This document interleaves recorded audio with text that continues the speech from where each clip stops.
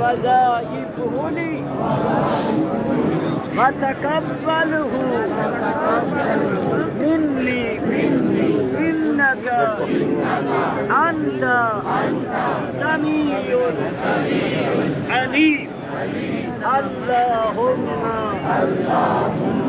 إني أعوذ بك من الشك والشرك والشقاق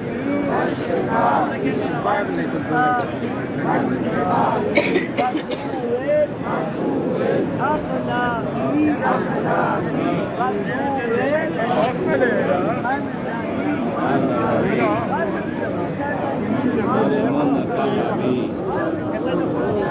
كاسر الصبح ولا تشغل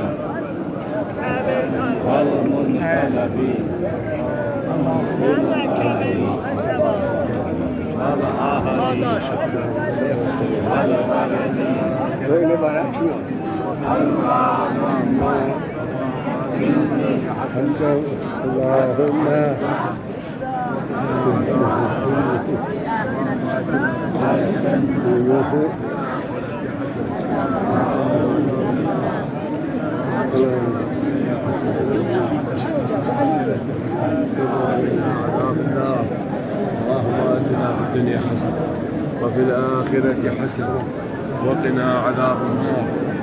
اللهم آتنا في الدنيا حسنة وفي الآخرة